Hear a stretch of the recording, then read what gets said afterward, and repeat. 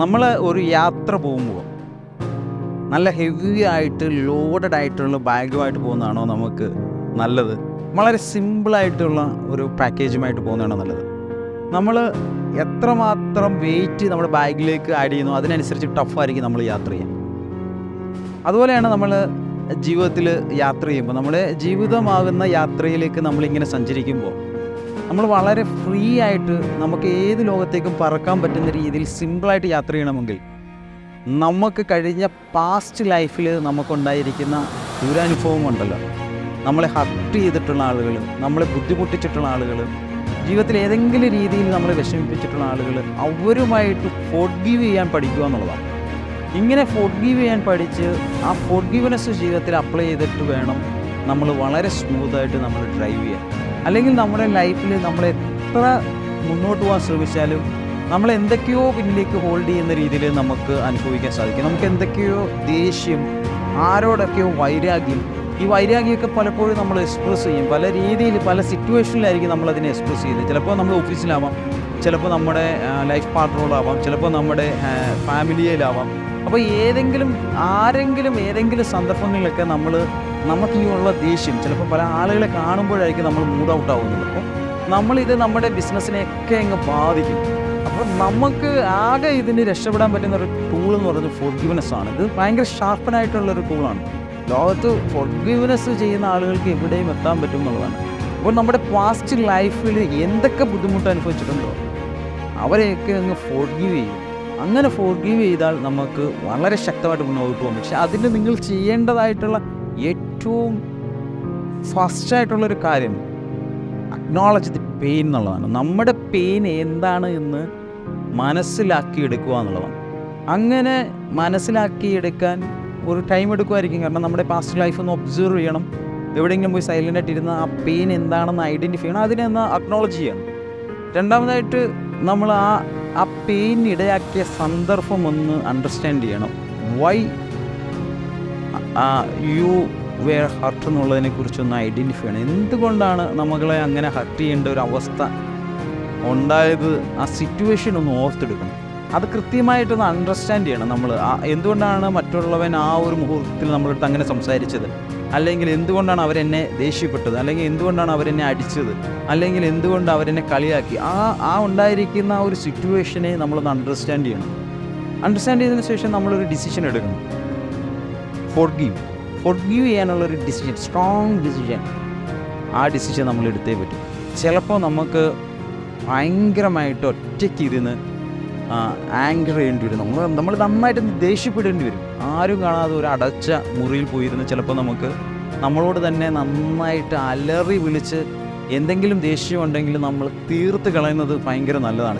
ചില ആളുകൾ നമ്മൾ നന്നായിട്ട് ഹർട്ട് ചെയ്ത് നമുക്ക് ഒരു കാരണവശാലും ഒഴിവാക്കാൻ പറ്റാത്തൊരു സന്ദർഭത്തിൽ നമ്മൾ അവനോട് ക്ഷമിച്ചു എന്ന് ചുമ്മാ പറഞ്ഞാൽ നമ്മുടെ ഉള്ളിൽ കാണും. ചിലപ്പോൾ അങ്ങനെ ഉള്ളിൽ കാണുന്നുണ്ടെങ്കിൽ അത് നമ്മുടെ വേദനയാണ്. നമ്മൾ എത്രമാത്രം അവൻ വേദനിപ്പിച്ചിട്ടുണ്ടോ ആ വേദന ആഴത്തിൽ പതിഞ്ഞിരിക്കുമായിരിക്കും. ആ പതിഞ്ഞിരിക്കുന്ന ആ വേദന മാറണമെങ്കിൽ എവിടെയെങ്കിലും ആരെങ്കിലും ഇല്ലാത്ത ബീച്ച് സൈഡിലോ അല്ലെങ്കിൽ ആരുമില്ലാത്ത സ്ഥലത്തോ അല്ലെങ്കിൽ വീട്ടിലോ പോയിരുന്നിട്ട് അലറി വിളിച്ച് നമ്മൾ ആ ദേഷ്യത്തെ പെയിനെ കളയണം. അങ്ങനെ കളഞ്ഞാൽ നമുക്ക് ഫോർഗീവ് ചെയ്യാൻ പറ്റും. പിന്നെ നമ്മൾ അലറി വിളിച്ച് കരഞ്ഞതിന് ശേഷം ഒന്ന് പുറത്തിറങ്ങിയാൽ അതൊരു ട്രീറ്റ്മെൻറ്റാണ്. അങ്ങനെ ട്രീറ്റ്മെൻറ്റ് ചെയ്താൽ അത് നല്ലതാണ്.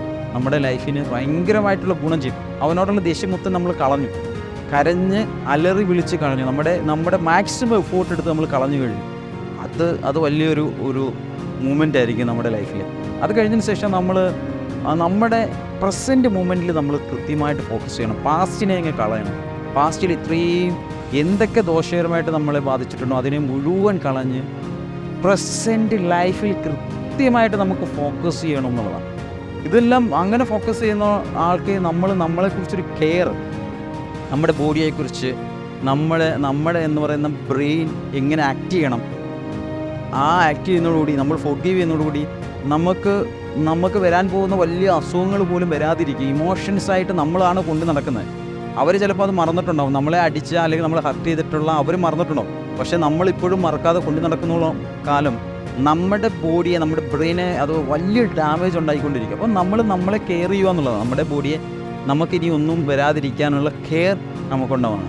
വളരെ പേഷ്യൻ്റായിട്ട് നമ്മളോട് സമീപിക്കുക, വളരെ കൈൻഡായിട്ട് നമ്മളോട് സമീപിക്കുക, നമ്മളിൽ വിശ്വസിക്കുക എന്നുള്ളത്. നമ്മളെ വിശ്വസിച്ച് നമ്മൾ മുന്നോട്ട് പോവുക, തീർച്ചയായും നമുക്ക് വിജയിക്കാൻ സാധിക്കും. ഫോർഗീവ്നെസ് ജീവിതത്തിൽ അപ്ലൈ ചെയ്യുന്നവർക്ക് വളരെ സ്മൂത്തായിട്ട് ലൈഫ് കൊണ്ടുപോകാൻ സാധിക്കും. ആ ഫോർഗീവ്നെസ് അപ്ലൈ ചെയ്താൽ ആ ലൈഫ് ഹാപ്പി ആയിട്ട് പ്രസൻറ്റ് മൊമെൻറ്റിൽ ഫോക്കസ് ചെയ്ത് മുന്നോട്ട് പോകാനും സാധിക്കുന്നതാണ്. നമ്മൾ വളരെ ക്ഷമയോടുകൂടി, വളരെ കരുണയോടുകൂടി നമ്മളെ സമീപിക്കുക. നമ്മളെ വിശ്വസിച്ച് തന്നെ മുന്നോട്ട് പോകാൻ നമുക്ക് വിജയിക്കാൻ പറ്റും, സക്സസ്ഫുൾ ആകാൻ പറ്റും. അങ്ങനെ സക്സസ്ഫുൾ ആവണമെങ്കിൽ ലൈഫിൽ ഫോർഗീവ്നെസ് അപ്ലൈ ചെയ്തേ പറ്റും. അത് ഒരു ടൂളായിട്ട് കണ്ട് നമ്മുടെ ബോഡിയെ, നമ്മുടെ ബ്രെയിനെ പ്രസൻറ്റ് മൂമെൻറ്റിൽ ഫോക്കസ് ചെയ്യണം. നമ്മുടെ മൈൻഡിനെ, നമ്മുടെ ഫുൾ പൊട്ടൻഷ്യൽ നമ്മുടെ സക്സസ്സിന് വേണ്ടി ഉപയോഗിക്കാൻ വേണ്ടി നമുക്ക് ഫോർഗീവ്നെസ് പ്രാക്ടീസ് ചെയ്ത് പറ്റും. ഇത് ഒരു ഗ്രേറ്റ് ടൂളാണ്. നമ്മൾ ഖുർആൻ എടുത്ത് നോക്കിയാലും, ഭഗവത്ഗീത എടുത്ത് നോക്കിയാലും, ബൈബിൾ എടുത്ത് കൊടുത്താലും ഇതിനകത്തൊക്കെ തന്നെ ഫോർഗീവ്നെസ്സിനെ കുറിച്ച് വളരെ ആഴത്തിൽ പറയുന്നുണ്ട്. നമ്മൾ വലിയ രീതിയിൽ ഇപ്പം പല ലേഡീസായിട്ടുള്ള ആളുകൾ പല പീഡനത്തിനിരയായിട്ടുണ്ട്. അപ്പോൾ പിന്നെ പല ആളുകൾ അവരുടെ രക്ഷകർത്താക്കൾ അല്ലെങ്കിൽ കൊന്നിട്ടുള്ള ആളുകളുടെ പ്രതികാരദാഹമായിട്ട് നടന്നിട്ടുള്ള ആളുകളുണ്ട്. അപ്പോൾ അവരോടൊക്കെ പ്രതികാരം ചെയ്യാൻ വേണ്ടി ഒരു ലൈഫ് മുഴുവൻ ഇങ്ങനെ ആഴത്തിൽ നടക്കുന്ന ആളുകളുണ്ട്, മനസ്സിലായില്ലേ? പക്ഷെ അവർക്കൊക്കെ അവരുടെ പ്രതികാരദാഹവുമായിട്ട് അവരുടെ സ്വന്തം ലൈഫ് നശിപ്പിച്ചുകൊണ്ടിരിക്കുകയാണ്. അപ്പോൾ ജീവിതത്തിൽ നമ്മൾ ഒരാളുടെ അടുത്തും പ്രതികാരം ചെയ്യാൻ വേണ്ടി ജീവിതത്തിൽ മുന്നോട്ട് പോയിട്ട് കാര്യമില്ല. നമ്മൾ പാസ്റ്റിൽ എന്തൊക്കെ തരത്തിലുള്ള നൊമ്പരങ്ങൾ നമുക്കുണ്ടായിട്ടുണ്ടെന്ന് ഐഡൻറ്റിഫൈ ചെയ്ത് ആ നൊമ്പരത്തെ ഫോർഗീവ് ചെയ്യാനുള്ളൊരു ഡിസിഷൻ എടുക്കുക എന്ന് പറഞ്ഞാൽ അത് ഭയങ്കര ടഫായിട്ടുള്ള കാര്യമാണ്. ചിലവർക്ക് ഒരു കാരണവശാലും സാധിക്കാത്ത കാര്യമാണ്. പലരുടെ അടുത്ത് ഞാൻ സംസാരിച്ചിട്ട് ഫോർഗീവ് ചെയ്യണമെന്ന് പറഞ്ഞിട്ടില്ല. സ്വന്തം ഭർത്താവിനോട് പോലും ഭാര്യ ചെറിയൊരു മാറ്ററിന് പോലും ഫോർഗീവ് ചെയ്യാത്ത ആളുകളുണ്ട്. അച്ഛനമ്മമാരോട് കുട്ടികൾ ഫോർഗീവ് ചെയ്യാത്ത കാര്യങ്ങളുണ്ട്. അച്ഛൻ എൻ്റെ അടുത്ത് ഇത് ചെയ്തു, അച്ഛൻ ചെയ്തിട്ടുള്ള നല്ല കാര്യങ്ങൾ, അമ്മ ചെയ്തിട്ടുള്ള നല്ല കാര്യങ്ങൾ ഒന്നും തന്നെ ഓർക്കാതെ ഒരു ചെറിയൊരു മൊമെൻറ്റ്സിൽ പിണങ്ങിയിട്ടുള്ളത് എനിക്ക് അവനോട് ക്ഷമിക്കാൻ പറ്റത്തില്ല, എനിക്കൊരു ക്ഷമ കൊടുക്കാൻ പറ്റുന്ന കാര്യമല്ല എന്ന് ഹർട്ട് ചെയ്തുകൊണ്ട് സംസാരിക്കുന്ന ആളുകളെ ഞാൻ കണ്ടിട്ടുണ്ട്.